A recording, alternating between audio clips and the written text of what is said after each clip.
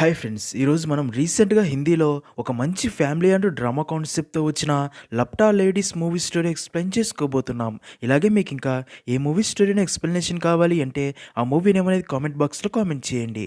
ఇంకా ఏమాత్రం ఆలస్యం చేయకుండా మూవీలోకి వెళ్ళిపోదాం. మూవీ స్టార్ట్ అవ్వగానే మన మూవీలో మెయిన్ క్యారెక్టర్ అయిన దీపక్ పూల్ అనే అమ్మాయిని పెళ్లి చేసుకుని పెళ్లి తర్వాత దీపక్ పూల్ని తీసుకుని తన ఊరికి బయలుదేరతాడు. నిజానికి దీపక్ అండ్ పూల్కి పెళ్లి జరిగి 2 రోజులు అయి ఉంటుంది. పెళ్ళయ్యాక దీపక్ ఫ్యామిలీ మొత్తం తమ ఊరికి తిరిగి వెళ్ళిపోగా దీపక్ మాత్రం ఇక్కడే ఉండిపోయి ఉంటాడు. ఎందుకంటే పూల్ నానమ్మ పూల్కి పెళ్ళయ్యాక తన భర్తతో కలిసి ఒక దేవాలయంలో పూజలు చేయాలి అని మొక్కుకొని ఉంటుంది. అందుకే దీపక్ 2 రోజులు ఉండి పూజలన్నీ పూర్తి చేసుకుని ఈరోజు పూల్ని తీసుకుని తన ఊరికి బయలుదేరతాడు. అప్పుడే పూల్తో తన అమ్మ, మీ అత్తగారి ఇంటికి చేరుకునేదాకా నీ మొహం ఎవ్వరూ చూడకుండా ఈ ముసుగు అలాగే ఉండాలని చెప్పి పంపుతుంది. నెక్స్ట్ సీన్లో అలా దీపక్ అండ్ పూల్ని బస్ స్టాండ్లో వదిలిపెట్టగా అక్కడ వారు రైల్వే స్టేషన్కి వెళ్లేందుకు దీపక్ అండ్ పూల్ బస్సు ఎక్కబోగా బస్సు నిండా జనం ఉండడంతో బస్సు టాప్ పైకి ఎక్కి కూర్చుంటారు. అప్పుడే దీపక్ పూల్తో ఈ బస్సు నిండా జనాలు ఉన్నారు అని, దొంగతనం జరిగే అవకాశం ఎక్కువగా ఉంది, అందుకే పూల్ ఒంటి మీద ఉన్న బంగారు నగలన్నీ తీసి ఇవ్వమని నేను దాస్తాను అని చెప్పడంతో పూల్ బంగారం తీసి దీపక్కి ఇస్తుంది. తర్వాత అలా ఇద్దరు రైల్వే స్టేషన్ దగ్గరికి చేరుకుని ట్రైన్ ఎక్కేస్తారు. అయితే అదే బోగిలోనే కొత్తగా పెళ్ళైన మరొక 2 జంటలు కూడా ఉంటాయి. దీపక్ అండ్ పూల్ లాగే ఆ 2 జంటల బట్టలు కూడా సేమ్ ఉంటాయి. అప్పుడే ఆ జంటల్లో ఒకడైన ప్రదీపమ్మ దీపక్ని చూసి, మీకు కూడా కొత్తగా పెళ్ళయిందా? నా కొడుక్కి పెళ్ళయింది అని నా కొడుక్కి కట్నంగా 1,00,000 డబ్బు, ఒక మోటార్ బైక్, ఫోన్ కూడా ఇచ్చారు అని చెప్పి, ఇంతకీ నీకు కట్నంగా ఏమిచ్చారని అడగ్గా అది విన్న దీపక్ సైలెంట్గా ఉండిపోతాడు. సీన్ కట్ చేస్తే అలా ట్రైన్ జర్నీ స్టార్ట్ అవుతుంది. అలా అదే రోజు రాత్రి అందరూ ఫుల్గా నిద్రలో ఉంటారు. అలా కాసేపటికే దీపక్ దిగాల్సిన స్టేషన్ రావడంతో దీపక్ వెంటనే ప్రదీప్ పక్కన కూర్చున్న తన భార్య ఫూల్ చేయి పట్టుకొని లగేజీ తీసుకుని ట్రైన్ దిగేస్తాడు. అయితే పూల్ ట్రైన్ దిగగానే ట్రైన్ వెళ్ళిపోవడం చూసి కొంచెం టెన్షన్ పడుతుంది. దీపక్ తన వెంట రమ్మని పిలవడంతో తనతో వెళ్ళిపోతుంది. మరోపక్క దీపక్ ఫ్రెండ్స్ అండ్ ఫ్యామిలీ ఊర్లో దీపక్ అండ్ ఫూల్కి బ్యాండ్ బాజాతో గ్రాండ్గా స్వాగతం పలుకుతారు. అలా చాలా సంబరంగా దీపక్ అండ్ పూల్ని వారింటి దాకా తీసుకుని వెళ్తారు. అప్పుడే దీపకమ్మ దీపక్ అండ్ పూల్కి ఇంట్లోకి మొదటిసారి అడుగుపెట్టే ముందు ఇద్దరికి దిష్టి తీసి హారతి ఇవ్వబోతూ పూల్ మొహానికి అడ్డుగా ఉన్న ముసుగుని తీయమని చెప్తుంది. దాంతో ఫూల్ తన ముసుగుని తీసి మొహాన్ని చూపించగా అతన్ని చూసిన దీపక్తో పాటు అక్కడి వారందరూ షాక్లో ఉండిపోతారు. ఎందుకంటే తను అందరూ అనుకుంటున్నట్టు ఫూల్ కాదు, మరొక అమ్మాయి. అంతా చూస్తున్న దీపక్ బాగా గుర్తు చేసుకోగా అదే బోగిలో మరొక జంట కూడా ఉంది అని, రాత్రి చీకట్లో తన భార్య ఫూల్ని కాకుండా తన పక్కన ఉన్న ఈ అమ్మాయిని తీసుకొచ్చానని అర్థమవుతుంది. అప్పుడే అదంతా చూస్తున్న దీపక్ ఫాదర్కి బాగా కోపం వచ్చి దీపక్తో, నీకు నీ భార్య ఎవరో కూడా గుర్తుపట్టకుండా ఈ అమ్మాయిని తీసుకొచ్చావని బాగా తిడతాడు. దానికి ఆ అమ్మాయి, ఇందులో తన తప్పేం లేదు, ఆ బోగిలో కొత్తగా పెళ్ళైన 2-3 జంటలు కూడా ఉన్నాయి, అందరూ ఒకే రకమైన బట్టలు వేసుకున్నారు, అయినా అమ్మాయి మొహం కనిపించకుండా అందరికీ ఈ ముసుగు ఉన్నప్పుడు తను ఎవరి మొహాన్ని చూడలేదు, తన మొహాన్ని ఎవరు చూడలేరు, ఆ కన్ఫ్యూజన్లో ఇలా జరిగింది, నేను ట్రైన్ దిగాకే నిజం నాకు తెలిసింది, కానీ అప్పటికే ట్రైన్ వెళ్ళిపోవడంతో భయపడి ఈ నిజం తనకి చెప్పలేకపోయా అని చెప్తుంది. అప్పుడే దీపకమ్మ అమ్మాయిని నీ పేరేంటని అడగ్గా దానికి తను పుష్పరాణి అని చెప్తుంది. ఇంకా దీపక్ ఫాదర్ నీ భర్త పేరేంటని అడగ్గా దానికి దీపక్ మదర్, చల్, అమ్మాయిలు ఎవరైనా తన భర్త పేరు నోటితో చెప్తారా అంటుంది. కానీ పుష్ప తన భర్త పేరు పంకజ్ అని చెప్తుంది. అలాగే తన అత్తయ్య వాళ్ళు ఛత్తీస్గఢ్లో ఉంటారని, అది చాలా దూరం, అలాగే వారి ఊరు ఎక్కడో తనకి క్లియర్గా తెలియదు అని, అయితే తన ఫ్యామిలీకి చెందిన ఒక ఫోన్ నెంబర్ ఉంది అని ఆ ఫోన్ నెంబర్ ఇవ్వగా ఆ నెంబర్కి ఫోన్ చేయగా నాట్ వర్కింగ్ అని వస్తుంది. మరోపక్క ట్రైన్ పతిలా స్టేషన్లో ఆగానే ఫుల్ నిద్రలేచి తన పక్కన తన భర్త కనిపించకపోవడం చూసి ఆ బోగి అంతా వెతికి అదే స్టేషన్లోనే దిగి ఫుల్గా టెన్షన్ పడుతూ అక్కడంతా దీపక్ కోసం వెతుకుతూ ఉంటుంది. కానీ అక్కడ తనకి దీపక్ కనిపించాడు. ఇదిలా ఉంటే ప్రదీప్ కూడా తన భార్య కనిపించకపోవడంతో తన కోసం వెతుకుతూ జయ అని పిలుస్తూ స్టేషన్ మొత్తం వెతుకుతూ ఉంటాడు. కానీ తన భార్య జయ తనకి అక్కడ కనిపించదు. అక్కడే టెన్షన్ పడుతున్న ఫూల్ని చూసి తనకి ఏదైనా హెల్ప్ కావాలని అడగ్గా ఫూల్ ఏం మాట్లాడకుండా అక్కడి నుంచి వెళ్ళిపోతుంది.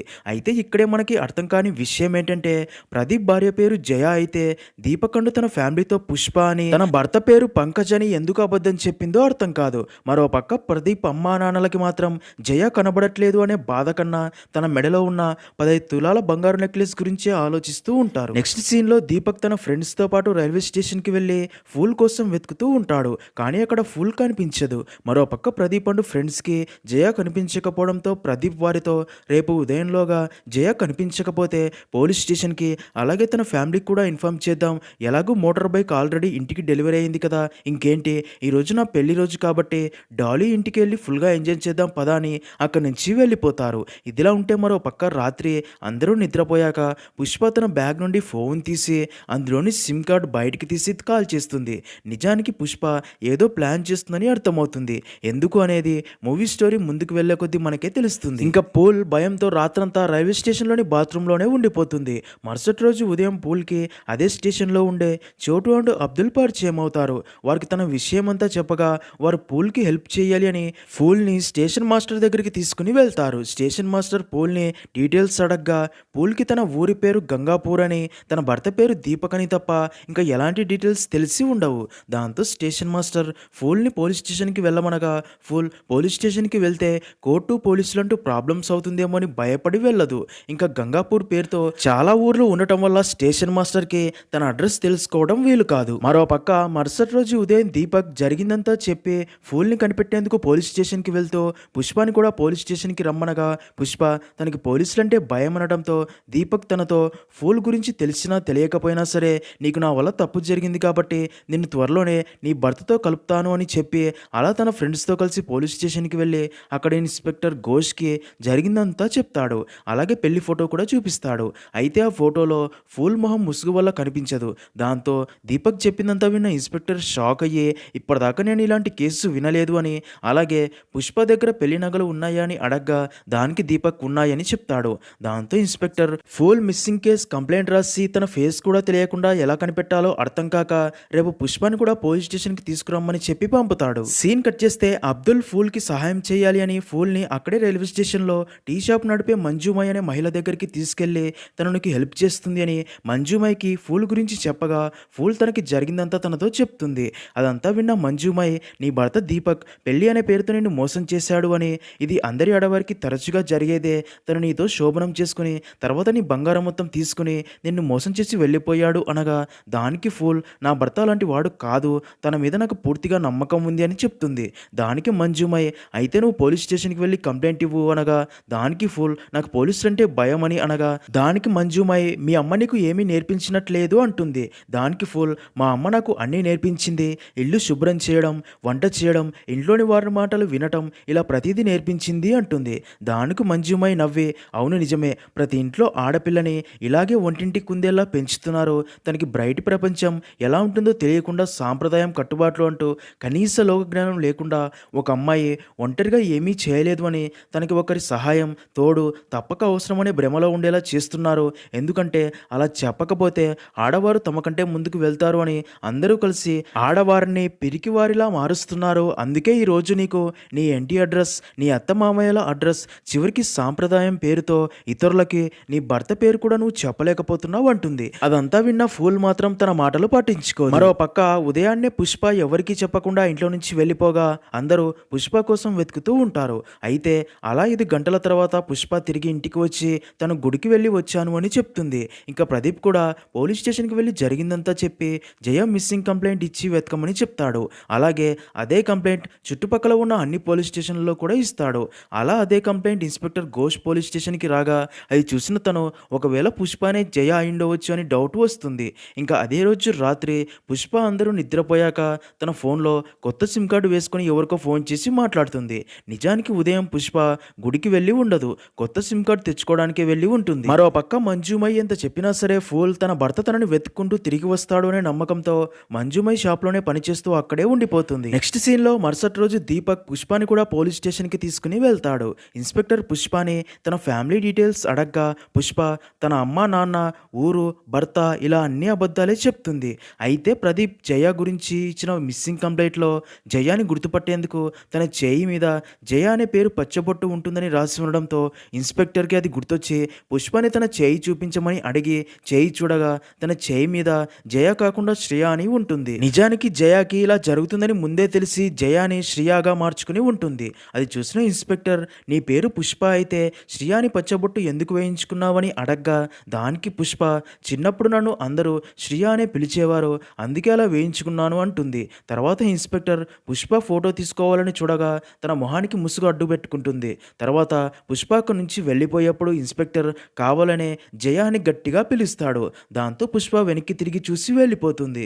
దాంతో ఇన్స్‌పెక్టర్‌కి పుష్ప అనే జయ అని క్లారిటీ వస్తుంది. మరో పక్క మంజుమై ఫూల్‌ని తన ఇంటికి తీసుకుని వెళ్ళగా అప్పుడే ఫూల్ తనని తన ఫ్యామిలీ గురించి అడుగుతుంది. ఇక్కడే మనకు తెలిసే ఒక విషయం ఏంటంటే మంజుమై టీ షాప్ ద్వారా సంపాదించిన డబ్బంతా కూడా తన భర్త, కొడుకు ప్రతిరోజు తనతో గొడవ పడుతూ తనని కొడుతూ డబ్బు తీసుకెళ్తూ ఉంటారు. ఆ బాధ భరించలేని మంజుమై ఆ ఇద్దరిని ఇంట్లో నుంచి గెంటేసి ఇప్పుడు ఒంటరిగా ఉంటుంది.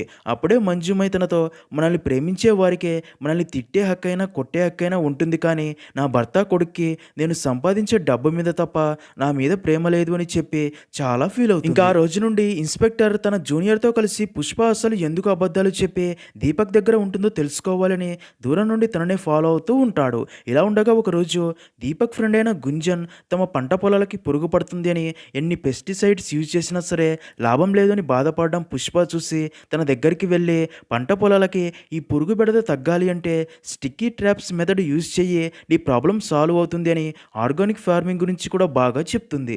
అదంతా చూసిన దీపక్ వదిన ఇదంతా నీకు ఎలా తెలుసు అని అడగ్గా మా ఫాదర్కి చాలా పొలాలు ఉండేవి ఒకప్పుడు, అప్పుడు నేను కూడా ప్రతిరోజు పొలాలకి వెళ్ళేదాన్ని, కానీ తర్వాత అన్నీ మారిపోయాయని చెప్తుంది. అప్పుడే పుష్ప ప్రదీప్ వదిన తన భర్త ఫోటోని డ్రా చేసి ఉండడం చూస్తుంది.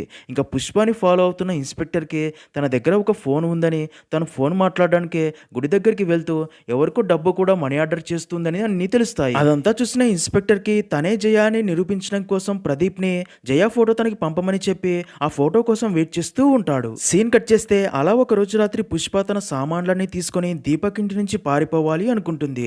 అయితే అప్పుడే దీపక్ ఫుల్గా తాగి ఇంటికి వచ్చి ఫూల్ని కలవరిస్తూ బాధపడుతూ ఉండడం చూసి పుష్ప కూడా దీపక్ బాధని అర్థం చేసుకుని ఎమోషనల్ అవుతుంది. తను పారిపోవాలి అనుకునే ప్లాన్ క్యాన్సిల్ చేసుకుంటుంది. మరో పక్క మంజుమై ఫూల్కి తన షాప్లో పనిచేసినందుకు నెల జీతం ఇస్తుంది. ఆ డబ్బు చూసిన ఫూల్ మొదటిసారి తను చేసిన పనికి డబ్బు సంపాదించినందుకు చాలా హ్యాపీగా ఫీల్ అవుతుంది. ఇదిలా ఉంటే దీపక్ ఇన్స్‌పెక్టర్‌కి జయ ఫోటో పంపగా ఆ ఫోటో చూసిన ఇన్స్‌పెక్టర్‌కి పుష్ప అనే జయ అని క్లారిటీ వచ్చి ఆ ఫోటో తీసుకుని దీపక్ ఇంటికి వెళ్ళి దీపక్‌తో పాటు తన ఫ్యామిలీకి తన పేరు పుష్ప కాదు జయ అని, తను ఒక దొంగ అని, ఇంట్లో డబ్బు బంగారం దొంగతనం చేసి పారిపోతుంది అని చెప్తాడు. అదంతా విన్న దీపక్‌తో పాటు తన ఫ్యామిలీ అందరూ షాక్ అవుతారు. అప్పుడే జయ దీపక్ అంటూ తన ఫ్యామిలీతో ఏదో చెప్పాలి అని చూడగా ఎవరు తన మాటలు వినడానికి రెడీగా ఉండరు. దీపక్ జయతో నువ్వు ఇన్ని రోజులు ఈ నిజాన్ని నా దగ్గర ఎందుకు దాచావు, నువ్వు ఈ నిజం నాకు ముందే చెప్పి ఉంటే ఇప్పట్లోగా నాకు నా ఫుల్ దొరికి ఉండేది అని చాలా మాటలు అంటాడు. అప్పుడే ఇన్స్‌పెక్టర్ జయ బ్యాగ్లో ఉన్న ఫోన్ వారికి చూపిస్తాడు. దాంతో అందరూ జయాని దొంగ అని ఫిక్స్ అవుతారు. దాంతో ఇన్స్‌పెక్టర్ జయాని అరెస్ట్ చేసి పోలీస్ స్టేషన్కి తీసుకెళ్లిపోతాడు. ఇంకా దీపక్ అండ్ తన ఫ్యామిలీ అందరూ కూడా జయ గురించి తప్పుగా మాట్లాడుకుంటూ ఉంటారు. అలా కాసేపటికే దీపక్ ఫ్రెండ్ గుంజన్ అక్కడికి వచ్చి జరిగిందంతా తెలుసుకుని మీరందరూ అనుకుంటున్నట్టు పుష్ప దొంగ కాదు, తను ఒకవేళ దొంగ అయితే ఫూల్ని వెతికి పట్టుకునేందుకు ఎందుకు ప్రయత్నిస్తుంది అని ఫూల్ని వెతికి పట్టుకునేందుకు రెడీ చేసిన పోస్టర్ వారికి చూపిస్తాడు. ఆ పోస్టర్లో ఫూల్ ఫోటో డ్రా చేసి తనని చూసిన వారు ఈ నెంబర్కి కాల్ చేయండి అని ఉంటుంది. నిజానికి పుష్ప దీపక్ వదినతో ఫుల్ ఫోటో డ్రా చేయించి తనని కనిపెట్టేందుకు ఇలా పోస్టర్స్ అన్ని ప్రింట్ చేయించి అవి సిటీలోని అన్ని ప్లేసుల్లో పంచుతూ ఉంటుంది. ఆ పోస్టర్స్ చూసిన దీపక్ అండ్ ఫ్యామిలీకి ఇలా చేయమని తాము చెప్పకపోయినా సరే పుష్ప ఎందుకు చేసిందో అర్థం కాదు. అలాగే తనని దొంగ అని తప్పుగా అపార్థం చేస్తున్నందుకు చాలా ఫీల్ అవుతారు. ఇదిలా ఉంటే మరో పక్క ఆ పోస్టర్ కాస్త ఫూల్ దగ్గరికి వెళ్తుంది. ఫూల్ ఆ పోస్టర్ చూసి చాలా హ్యాపీగా ఫీల్ అయ్యి మంజుమైతో నేను చెప్పాను కదా నా భర్త నా కోసం ఏదైనా చేస్తాడు అని, నా భర్త నా గురించే ఆలోచిస్తూ నా కోసం వెతుకుతున్నాడు అని చెప్పి చాలా ఎమోషనల్ అవుతుంది. ఫూల్ ఆ పోస్టర్ తీసుకుని స్టేషన్ మాస్టర్ దగ్గరికి వెళ్ళి చూపించి ఆ పోస్టర్ పై ఉన్న నెంబర్కి కాల్ చేయగా ఫోన్ రింగ్ అవుతుంది కానీ ఎవ్వరూ లిఫ్ట్ చేయరు. దాంతో మంజుమై అండ్ స్టేషన్ మాస్టర్ ఆ పోస్టర్ మీద ఊరి అడ్రస్ ఉండడంతో ఫూల్ని ట్రైన్ ఎక్కించి ఆ ఊరికి పంపుతారు. సీన్ కట్ చేస్తే జయ గురించి తెలుసుకున్న దీపక్ అండ్ తన ఫ్రెండ్స్ వెంటనే పోలీస్ స్టేషన్కి వెళ్ళి జయ గురించి అక్కడ ఇన్స్‌పెక్టర్కి చెప్పగా ఇన్స్‌పెక్టర్ జయాని అక్కడికి పిలిచి అసలు ఏం జరిగిందని అడగ్గా జయ జరిగింది చెప్పడం స్టార్ట్ చేసి జయ నాన్న చనిపోయి ఉంటాడు. తన అమ్మే జయతో పాటు తన ఇద్దరు చెల్లెలని పెంచుతుంది. తర్వాత జయ అమ్మ తమకు ఉన్న పొలాలు అన్నీ అమ్మి జయాకి పెళ్లి చేయాలి అనుకుంటుంది. అలా ప్రదీప్తో పెళ్లి ఫిక్స్ చేసి అదే విషయం జయాకి కూడా చెప్తుంది. అది విన్న జయ తనకి ఇప్పుడే పెళ్లి చేసుకోవడం ఇష్టం లేదు అని, ఇప్పటిదాకా మన ఫ్యామిలీలో చదువుకున్న అమ్మాయిలే లేరు, కానీ నేను చదవాలి అనుకుంటున్నా, అందుకే డెహ్రాడూన్ కాలేజీలో చదవడానికి అప్లికేషన్ కూడా పెట్టాను, మరి కొన్ని రోజుల్లో కాలేజ్ నుండి అడ్మిషన్ కూడా వస్తుంది, మన ఊర్లోనే ఆర్గానిక్ ఫార్మింగ్ స్టార్ట్ చేసి అందరికీ ఆదర్శంగా నిలుస్తా అంటుంది. దానికి తన అమ్మ ప్రదీప్ వాళ్ళది చాలా రిచ్ ఫ్యామిలీ. ప్రదీప్ కూడా చాలా మంచివాడు అని తనతో నువ్వు మాట్లాడితే తనకిష్టమైతే పెళ్ళయ్యాక కూడా నువ్వు చదువుకోవడానికి ఓకే చెప్తాడు. వద్దు అంటే నీ తలరాత అంతే అనుకుని నీ భర్తతో హ్యాపీగా ఉండు. ఒకవేళ నువ్వు ఈ పెళ్ళికి ఒప్పుకోకపోతే నేను నీ ఇద్దరి చెల్లెలు ఆత్మహత్య చేసుకొని చనిపోతామని బెదిరించి ఫోర్స్ చేసి తనని పెళ్లికి ఒప్పిస్తారు. అయితే పెళ్లికి ముందే ప్రదీప్ ఫ్యామిలీ గురించి నాకు ఒక షాకింగ్ విషయం తెలిసింది. అదేంటంటే ప్రదీప్కి అప్పటికే ఆల్రెడీ పెళ్ళయి తనకి పిల్లలు కలగకపోవడంతో నిప్పంటించుకుని తను చనిపోయిందని తెలిసింది. అయితే నిజానికి తను చనిపోయిందో లేక ప్రదీప్ ఫ్యామిలీనే తనని చంపేశారో ఆ దేవుడికే తెలియాలి. ఇంకా నా పెళ్లి సమయంలో కూడా కట్నంలో 10,000 తక్కువ ఇచ్చామని అందరి ముందు ప్రదీప్ అండ్ తన అమ్మ మా అమ్మని చాలా మాటలు అన్నారు. అలాంటి ఫ్యామిలీలోకి వెళ్ళాలంటే నాకు చాలా భయం వేసిందని చెప్తుంది. అదంతా అక్కడే ఉన్న కానిస్టేబుల్ విని జయతో, అయితే ఇవన్నీ తెలిసాక నువ్వు పెళ్లికి ముందే లేదా పెళ్లి రోజే పారిపోవాల్సింది కదా, ఆ రోజు ట్రైన్లో ప్రదీప్తోనే ఎందుకు పారిపోయావని అడగ్గా దానికి జయ, అసలు నాకు పారిపోవాలనే ఉద్దేశమే లేదు. పెళ్లిలో నా మొహం మీద వేసిన ముసుగు వెనకాల నా మొహాన్ని ఎలా దాచుకున్నానో అలాగే అన్నీ ఓర్చుకుని నా ఫ్యామిలీ కోసం ప్రదీప్తో ఉండాలి అని గుండెని రాయి చేసుకుని తనతో వెళ్ళాను. కానీ ఆ రోజు రాత్రి దీపక్ నా చేయి పట్టుకొని నాకు మరొక లైఫ్ ఇచ్చి ట్రైన్ బయటికి తీసుకొచ్చాడు. ట్రైన్ దిగాక తను ప్రదీప్ కాదు దీపక్ అని తెలిసిన దేవుడే దీపక్ రూపంలో నాకు కొత్త జీవితం ఇచ్చాడు అని అర్థమయ్యి అలా దీపక్ వెంట వెళ్ళాను. నా గురించి ఎవరికి నిజం చెప్పకుండా నా కాలేజ్ అడ్మిషన్ వచ్చేదాకా దీపక్ ఇంట్లోనే ఉండాలని ఫిక్స్ అయ్యి అక్కడే ఉన్నాను. అలా కొన్ని రోజులకే నాకు డెహ్రాడూన్ కాలేజ్ నుండి కాలేజీలో జాయిన్ అవ్వమని అడ్మిషన్ లెటర్ కూడా వచ్చింది. అలా రోజు రాత్రి నేను డెహ్రాడూన్కి వెళ్ళాలని ట్రైన్ టికెట్స్ అన్ని బుక్ చేసుకుని దీపక్ ఇంటి నుంచి వెళ్ళబోతూ ఉండగా అప్పుడే దీపక్ ఫుల్గా డ్రింక్ చేసి ఫూల్ గురించే ఆలోచిస్తూ బాధపడుతూ ఉండడం చూసి నాకే బాధ అనిపించింది. అందుకే ఎలాగైనా ఫూల్ని కనిపెట్టి దీపక్తో కలిపి వెళ్ళాలని ఫిక్స్ అయ్యి దీపక్ వదిన ఆర్టిస్ట్ అని తెలిసి తనతో ఫుల్ ఫోటో డ్రా చేయించి పోస్టర్స్ తయారు చేయించి సిటీ మొత్తం అంటించాము. ఆ పోస్టర్ ఫుల్ చూడగానే నా నెంబర్కు కాల్ చేస్తుంది. అప్పుడు దీపక్ అండ్ ఫుల్ కలిసిపోతారని చెప్తుంది. అప్పుడే ఇన్స్పెక్టర్ జయ బ్యాగ్లో ఉన్న ఫోన్ తీసుకుని చూడగా ఒకే నెంబర్ నుండి 12 మిస్డ్ కాల్స్ ఉండడంతో ఇన్స్పెక్టర్ ఆ నెంబర్కి కాల్ బ్యాక్ చేస్తాడు. నిజానికి అది స్టేషన్ మాస్టర్ నెంబర్. అలా స్టేషన్ మాస్టర్ కాల్ లిఫ్ట్ చేసి ఇన్స్పెక్టర్తో ఫుల్ ఆల్రెడీ దీపక్ ఊరికి ట్రైన్లో బయలుదేరింది అని చెప్పడంతో అది విన్న ఇన్స్పెక్టర్ అదే విషయం దీపక్కి చెప్పగా దీపక్ చాలా హ్యాపీగా ఫీల్ అవుతాడు.